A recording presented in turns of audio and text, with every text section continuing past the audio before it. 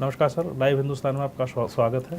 और सर बहुत बहुत धन्यवाद कि आपने चुनाव प्रचार के इस व्यस्त समय में हम लोगों के लिए समय निकाला। Thank you.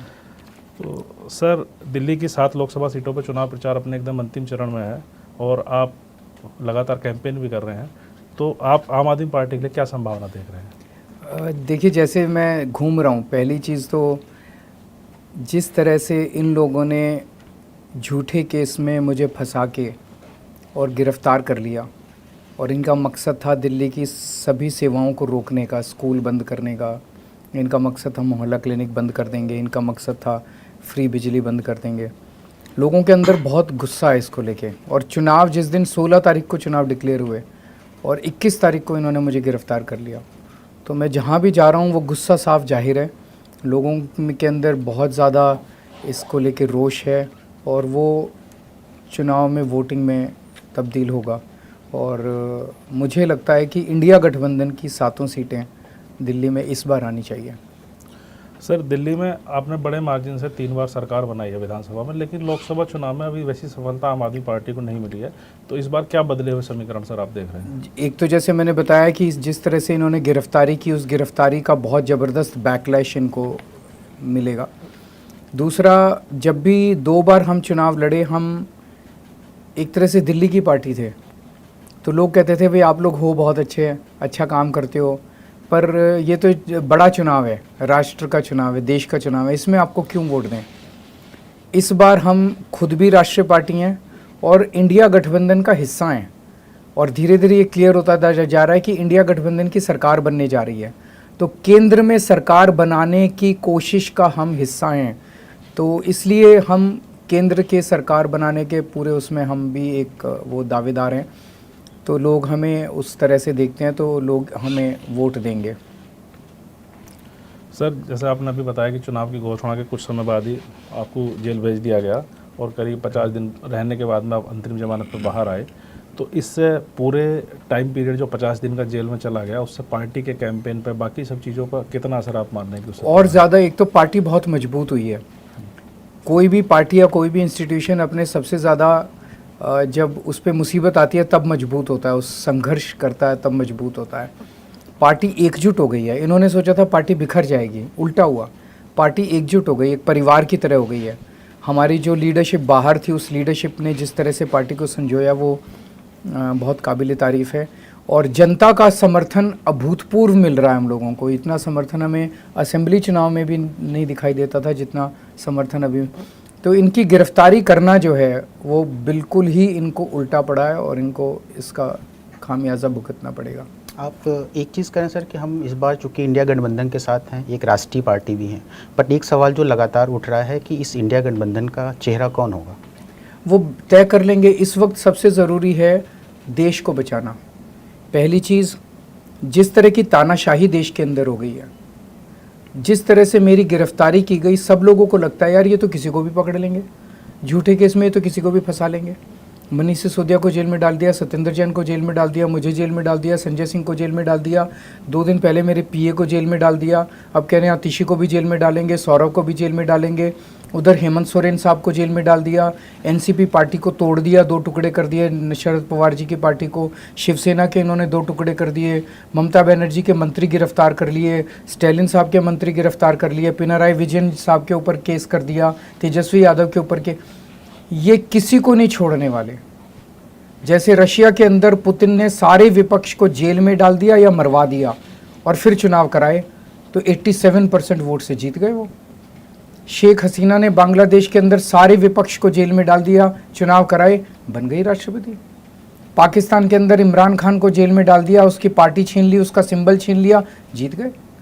ये भी वही करना चाहते हैं कि सारे विपक्ष को जेल में डाल के, अगर ये जीत गए, सारे विपक्ष को जेल में डाल के ये उसके बाद एक तरफ राज करेंगे। इस तानाशाही से देश को बचाना है।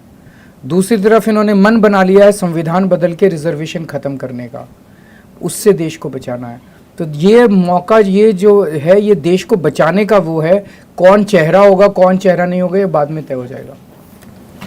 सर, आप बार बार संविधान वाला इशू उठा रहे हैं, कि भाजपा जो है वो संविधान को बदल देगी, लोकतंत्र खत्म हो जाएगा।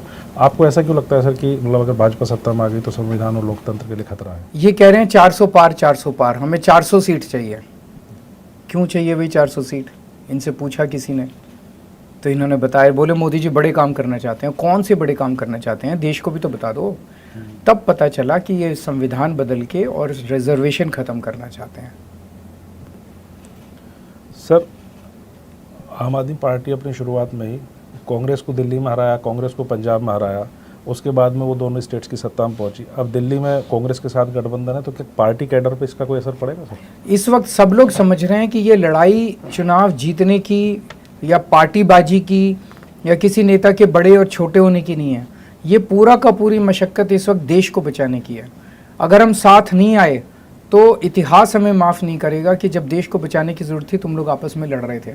एक सवाल सर और उठ रहा है कि आम आदमी पार्टी जिसका गठन ही भ्रष्टाचार के खिलाफ आंदोलन होके हुआ, अभी 2 दिन पहले ईडी ने आम आदमी पार्टी को एक भ्रष्टाचार के मामले, चंदे के मामले में जो अभी आया इशू, इसी तरह शराब के मामले को लेकर, इसको लेकर कैसे इसे देखते हैं? सिर्फ ये राजनीतिक साजिश है या कुछ हुआ है? कुछ हुआ है।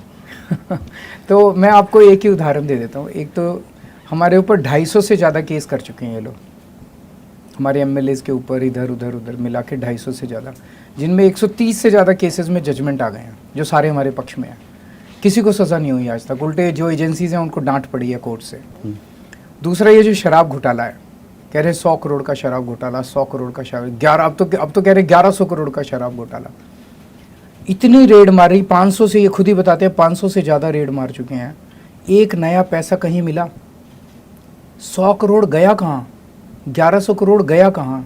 कहीं तो गया होगा, कहीं खर्च किया होगा, कोई ज्वेलरी खरीदी होगी, कोई कैश कहीं, या तो कैश मिल जाता कहीं पे, कोई ज़मीन खरीदी होगी, कोई प्रॉपर्टी, कुछ नहीं मिला इन लोगों को कहीं पे। तो हवा में उड़ गया क्या? पूरा केस फर्जी है। ऐसे ही रोज़ नए अभी 2 दिन हो रहे चुनाव के, अभी तो देखना कल भी कुछ आएगा, परसों भी कुछ आएगा। रोज़ नए कुछ भी ले आते हैं और पकड़ के आदमी को जेल में डाल देते हैं और फिर बेल नहीं होती। ऐसा कानून बना दिया इन्होंने। आम आदमी पार्टी जो है अपने गठन से ही, मतलब गठन हुआ, फिर बहुत जल्दी दिल्ली की सत्ता में आ गई, बहुत जल्दी राष्ट्रीय पार्टी बन गई। तो एक और चीज़ वो भी हुई कि जैसे आप जेल गए तो आपने सीएम के पद से इस्तीफा नहीं दिया, तो या ये किसी रणनीति के तहत किया गया या मतलब? ये मेरे संघर्ष का हिस्सा है जी। मैंने इस्तीफा क्यों नहीं दिया? केजरीवाल वो आदमी नहीं है जो कि पद का लालची है। 49 दिन के बाद मैंने इस्तीफा दे दिया था। इनकम टैक्स कमिश्नर के पद से इस्तीफा देके मैं दिल्ली की झुग्गियों में काम करने लगा था। इस बार मैंने इस्तीफा इसलिए नहीं दिया क्योंकि इनका मकसद ही ये था, दिल्ली में ये हमको हरा नहीं सकते आम आदमी पार्टी को। एक बार 67 सीट आई हमारी, एक बार 62 सीट आई, 55% के करीब वोट शेयर आया। तो दिल्ली में हरा नहीं सकते। जब हरा नहीं सकते तो इन्होंने ये षड्यंत्र रचा कि केजरीवाल को गिरफ्तार कर लो, उसके बाद इसको इस्तीफा देना पड़ेगा, इसकी सरकार गिरा देंगे। मैं बिल्कुल नहीं लूँगा इस्तीफा। अगर मैंने इस्तीफा दे दिया, ये कल को फिर ममता बनर्जी को गिरफ्तार कर लेंगे, उनको इस्तीफा देना पड़ेगा। ये स्टालिन साहब को गिरफ्तार कर लेंगे, उनको, इससे सारी सरकारें, ये तो एक एक करके सारे विपक्ष की सरकारें गिरा देंगे। तो इन्होंने जनतंत्र को कैद किया है, तो जनतंत्र को हम जेल से चला के दिखाएंगे। सर 2 जून को आपकी अंतरिम जमानत खत्म हो रही है, उसके बाद फिर आपको जेल जाना पड़ेगा। आचार संहिता खत्म होने के बाद सरकार की जो कामकाज हो प्रॉपर तरीके से फिर आ जाएगी, तो वो उन कार्यों को, जो जैसे महिलाओं के 1000 रुपये देने की बात है या और जो स्कीम्स आपकी चल रही है, उसको कैसे कंटिन्यू करें? क्योंकि जेल से चलाना कैसे संभव होगा? उसके लिए हम कोर्ट जाने की सोच रहे हैं। कानूनी व्यवस्था ये है कि अगर कोई व्यक्ति को 2 साल से ज़्यादा की सज़ा होती है तो वो एमएलए का चुनाव नहीं लड़ सकता। मेरे को किसी केस में कोई सज़ा नहीं हुई है, किसी केस में कोई दोषी नहीं पाया गया। इन्होंने तो वैसे ही ज़बरदस्ती गुंडागर्दी करके जेल में डाल रखा है, कोई सज़ा तो है नहीं मेरे को कोई। मैं एमएलए बन सकता हूँ कानून में, एमएलए बन के मैं मंत्री भी बन सकता हूँ, मंत्री बन के मैं मुख्यमंत्री भी बन सकता हूँ। कानून में कोई रुकावट नहीं है, जेल में रहते हुए मुख्यमंत्री रह सकता हूँ। तो अगर मैं जेल में रहते हुए मुख्यमंत्री रह सकता हूँ तो जेल में रहते हुए मुझे अपने फाइलें निपटाने का और कामकाज मीटिंग करने का वो मिलना चाहिए, ताकि मैं जनता का काम कर सकूं, नहीं तो जनता सफ़र करेगी। तो ये बात लेके हम सुप्रीम कोर्ट में जाएंगे और कहेंगे कि आप हमें ये वो दीजिए, फैसिलिटी दीजिए, ताकि हम जेल में रह के अपने मुख्यमंत्री के दायित्व पूरे कर सकें। सर अगर इसमें राहत नहीं मिली तो क्या सुनीता जी अगला आप ऐसा क्यों सोचती हैं कि मिलनी चाहिए? ये सवाल नेचुरल है, लॉजिकल है कि भाई सब ने, सुप्रीम कोर्ट ने भी बोल दिया कि भाई हम उन्हें मुख्यमंत्री पद से नहीं हटा सकते। अगर मेरे को मुख्यमंत्री पद से नहीं हटा सकते तो मुख्यमंत्री का काम करने की सुविधा तो होनी चाहिए, वो तो नेचुरल है। आपको क्या लगता है जेल में रहकर इसको इतना आसान होगा? देखते हैं, नई परिस्थिति है। जिस तरह से इन्होंने तानाशाही करके चुनी हुई सरकारों के मुख्यमंत्रियों को जेल भेजना चालू कर दिया, इसका कोई तो समाधान निकालना पड़ेगा। नहीं तो ये तो सारे मुख्यमंत्री जहां ये चुनाव हारेंगे वहां के मुख्यमंत्री को गिरफ्तार कर लेंगे। इसका समाधान तो चाहिए, नहीं तो जनतंत्र ही खत्म होता जा रहा है। जहां बीजेपी चुनाव हारेगी वहां के मुख्यमंत्री को गिरफ्तार कर लेगी, सरकार गिरा देगी। अगर समाधान नहीं निकलता है तो निकालना पड़ेगा, देश को निकालना पड़ेगा। चेहरा कौन होगा? अकेला मेरा थोड़ी है ये आपको हमको सबको मिलके इस देश को समाधान निकालना पड़ेगा कि इस तरह की तानाशाही का किस तरह से समाधान निकाला जाए। सर अगर ऐसे बात करें कि सुनीता जी पार्टी कार्यकर्ता भी IRS रह चुकी है, मतलब माइनस आपके परिवार का हिस्सा, उससे अलग हटा के देखें तो आप जब जेल में गए तो हम लोगों ने भी देखा कि उन्होंने अच्छे से संभाला पीछे चीज़ें, और वो रोड शो वगैरह में भी बहुत अच्छा रेस्पॉन्स था। तो क्या अगले विधानसभा चुनाव में हम उन्हें चुनाव लड़ता हुआ देख सकते हैं? नहीं, बिल्कुल नहीं। वो चुनाव नहीं लड़ना चाहती, वो एक्टिव पॉलिटिक्स में नहीं आना चाहती। वो हमेशा उन्होंने मेरा साथ दिया है। मेरे जैसा सन की हस्बैंड उनको मिला जिसने इनकम टैक्स कमिश्नर की नौकरी होते हुए अचानक नौकरी से इस्तीफ़ा देके मैं झुग्गियों में जाके काम करने लगा। वो उनके लिए बर्दाश्त करना कितना मुश्किल था, लेकिन उन्होंने मेरा साथ दिया, हर कदम पे साथ दिया। अब जब मैं जेल गया तो उस जेल जाने के जब एक इमरजेंसी थी, उस वक्त उन्होंने एक तरह से मेरे और मेरी जनता के बीच में पुल का काम किया। मेरे पास आती थी, बताती थी क्या चल रहा है, मैं उन्हें बताता था कि ये संदेश मेरा जनता को दे देना, वो बाहर आके मेरा संदेश जनता को देती थी। उनका एक्टिव पॉलिटिक्स में आने में कोई इंटरेस्ट नहीं है। सर राष्ट्रीय पार्टी बनने के बाद और एक गठबंधन का हिस्सा होकर आम आदमी पार्टी चुनाव लड़ रही है लोकसभा का, और इसी चुनाव के बीच में क्या हुआ कि अलग अलग विवाद भी हो गए। जैसे आपके एक मंत्री इस्तीफा दे गए, दूसरी वो लड़ रहे हैं, दूसरी पार्टी से लड़ रहे हैं, और चुनाव प्रचार में ये भी सवाल उठा कि सांसद नहीं दिख रहे हैं आम आदमी पार्टी के। तो इससे क्या चुनाव प्रचार अभियान पर कोई असर पड़ेगा सर? नहीं, कोई असर, जनता को इससे कोई लेना देना नहीं है। मैं जनता के बीच में जा रहा हूँ। जनता को इतनी, सब लोग कहते हैं इतनी अच्छी सरकार आज तक हमें नहीं मिली। सब लोग कहते हैं कि मोदी जी केजरीवाल के पीछे पड़ गए हैं। सब लोग कहते हैं कि मोदी जी केजरीवाल को बहुत तंग कर रहे हैं, और सब लोग कहते हैं कि मोदी जी के दिल्ली की सारी फैसिलिटीज़ बंद करना चाहते हैं, जो हमने अच्छे काम किए वो बंद करना चाहते हैं। सर दिल्ली के अलावा आप यूपी भी गए, महाराष्ट्र भी गए, और पहले भी आप क्या है कि सीटों को लेकर प्रेडिक्शन करते रहते हैं कि कितनी सीटें आ सकती है। तो इंडिया गठबंधन के लिए कितनी सीटों की मैं समझ रहा हूँ कि धीरे धीरे, मैं इन दिनों में काफ़ी घूमा, पंजाब गया, कुरुक्षेत्र गया, हरियाणा गया, भिवंडी गया, बॉम्बे गया, महाराष्ट्र गया, जमशेदपुर गया, लखनऊ गया। लोगों से बात करने पे जो मेरा आकलन है कि इंडिया गठबंधन अपने दम पे 300 क्रॉस करेगा और एक स्थिर और अच्छी सरकार देगा। इंडिया गठबंधन में आम आदमी पार्टी अगर सरकार बनती है इंडिया गठबंधन, उसमें आम आदमी पार्टी का क्या रोल रहेगा, कैसी भूमिका रहेगी? हम अंदर रहेंगे कि बाहर रहेंगे ये समय बताएगा, लेकिन जो 10 गारंटी मैंने दी हैं वो मैं ज़रूर इंडिया गठबंधन से पूरी कराऊंगा। हम स्कूल बनाएंगे पूरे देश में, हम मोहल्ला क्लिनिक बनाएंगे, सबका इलाज मुफ्त करेंगे। हर बच्चा जो इस देश में पैदा होता है उसके लिए अच्छी शिक्षा का इंतजाम, अच्छी और फ्री शिक्षा का इंतज़ाम करेंगे। हम गरीबों के लिए फ्री बिजली का इंतज़ाम करेंगे। हम 24 घंटे, पूरे देश में 24 घंटे बिजली का इंतज़ाम करेंगे। अग्निवीर योजना को बंद करके जितनों बच्चों को लिया गया उनको सबको पहले 100 दिन के अंदर पक्का करेंगे, और उसके बाद पक्की नौकरी हुआ करेगी आर्मी के अंदर, ये अग्निवीर नहीं होगी। जिस ज़मीन पे चाइना ने और पाकिस्तान पे कब्जा कर रखा है वो ज़मीन हम उनसे वापस लेंगे। व्यापारियों को और उद्योगपतियों को काम करने की पूरी छूट दी जाएगी, और जितने ये GST और जितने कानून उनके अड़चन में आ रहे हैं उनका बहुत बड़े स्तर के ऊपर सरलीकरण किया जाएगा। भ्रष्टाचार असली में दूर किया जाएगा। ये जो अभी है कि सारे भ्रष्टाचारियों को अपनी पार्टी में शामिल कर लिया और ईमानदार लोगों को जेल में डाल दिया, ये प्रथा ख़त्म बंद की जाएगी। तो ये सारी चीज़ें हैं, इनका मैं, दिल्ली को पूर्ण राज्य का दर्जा दिलाया जाएगा, OPS लागू किया जाएगा, ओल्ड पेंशन स्कीम। तो अभी तय नहीं किया कि आप इंडिया गठबंधन सरकार का हिस्सा रहेंगे? अभी सोचने का ही मौका नहीं है। अभी है देश को बचाओ पहले किसी तरह से मोदी सरकार को। मतलब सर कुल मिला के ये है कि आप सरकार में रहें या ना रहें, लेकिन समर्थन की शर्त यही होगी कि जो आपकी 10 गारंटी हैं और जो वो सब अग्निवीर करेंगे, खत्म शर्त करना। वर्त की जरूरत नहीं मतलब भाई। वो- ये वो एक चीज़ें तरह ये शामिल इतनी हैं। छोटी सी चीज, बेसिक चीजें हैं, कोई भी मना नहीं कर सकता। गठबंधन के टाइम सर एक बात थी कि एक कॉमन मिनिमम प्रोग्राम बनाएंगे इंडिया गठबंधन के लोग मिलकर, लेकिन अभी क्या है कि कांग्रेस का अपना अलग है, आपके वो अपने हो अलग नहीं रास्ते हैं। पाया, समय की कमी रही या क्या रहा, लेकिन अगर हो जाता तो अच्छा रहता, ताकि हम सब लोग मिलके एक ही उस पर काम करते। वो हो नहीं पाया, समय की कमी रही। और सर एक चीज़ और देख रहे हैं कि जैसे दिल्ली में आप कांग्रेस के कैंडिडेट्स के लिए भी प्रचार कर रहे हैं, लेकिन कांग्रेस के कोई बड़े नेता भी आम आदमी पार्टी के लिए प्रचार करते हुए नहीं, दिल्ली में काफ़ी सोशल अच्छा हमारे बीच में तालमेल है। जी। तो बीच में ये भी हुआ था कि राहुल गांधी जी और मैं मिलके कोई वो करेंगे, लेकिन समय डेट्स वगैरह मैच नहीं कर पाई। लेकिन शुरू में हिकअप्स थे, क्योंकि हमेशा हम अलग अलग चुनाव लड़े थे और हिस्टोरिकली काफ़ी मनमुटाव था। लेकिन अभी मैं देख रहा हूँ कि काफ़ी अच्छी सिनर्जी ऊपर से नीचे तक है। कल राहुल गांधी दिल्ली में है, तो आपका जानने का कुछ प्लान है अभी? मुझे आइडिया नहीं है, मैं ज़रा पता करता हूँ। अच्छा सर, चुनाव आयोग पर बार बार आरोप लग रहे हैं इसको लेकर। आप प्रशासनिक सेवा में भी रहे हैं, प्रशासन से जुड़े रहे हैं, तो ये जो आरोप लगते हैं, क्या संभव है कि इस तरह से जैसे वोटिंग परसेंटेज बढ़ रहा है, बाकी चीज़ें ये बढ़ रही हैं? इसको लेके सब लोग बहुत चिंतित हैं।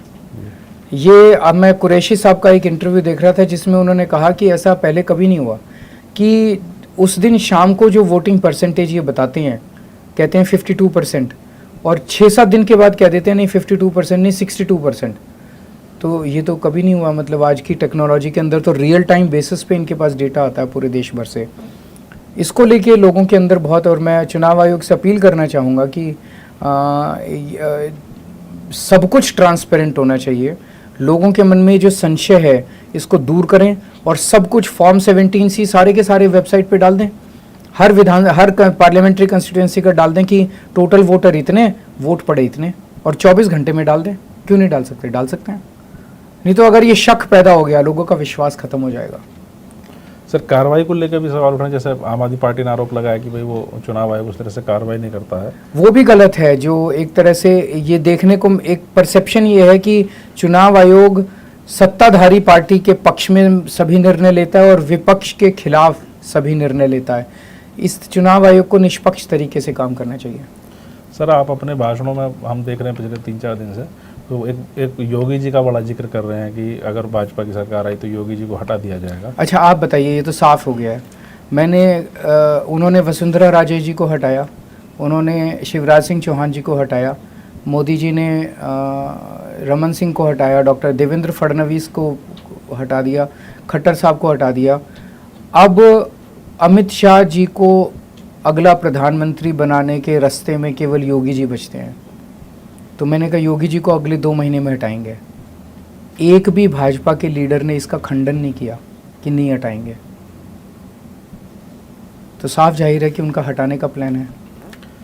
सर आप बार बार ये भी आरोप लगाते हैं भाजपा पे कि वो आम आदमी पार्टी को ख़त्म करना चाहते हैं, तो इसका क्या कारण आप देखते हैं? वो ये देखते हैं, जैसे प्रधानमंत्री जी से कई लोग मिलने जाते हैं, उनमें कुछ लोग हमारे भी मित्र हैं, तो उन्होंने आके बताया कि मोदी जी हमेशा सबसे आम आदमी पार्टी का जिक्र करते हैं, और मोदी जी का मानना है कि आम आदमी पार्टी जिस तेज़ी के साथ बढ़ रही है वो उन्हें भविष्य के लिए, बीजेपी के लिए खतरा नज़र आता है कि भविष्य में आम आदमी पार्टी राष्ट्रीय स्तर पे और कई राज्यों में बीजेपी को के लिए बहुत बड़ा चैलेंज बन सकती है। वो चाहते हैं, वो अंग्रेज़ी में कहते हैं निप इन द बड, कि पहले अभी इसको ख़त्म कर दो, इसको क्रश कर दो आम आदमी पार्टी को।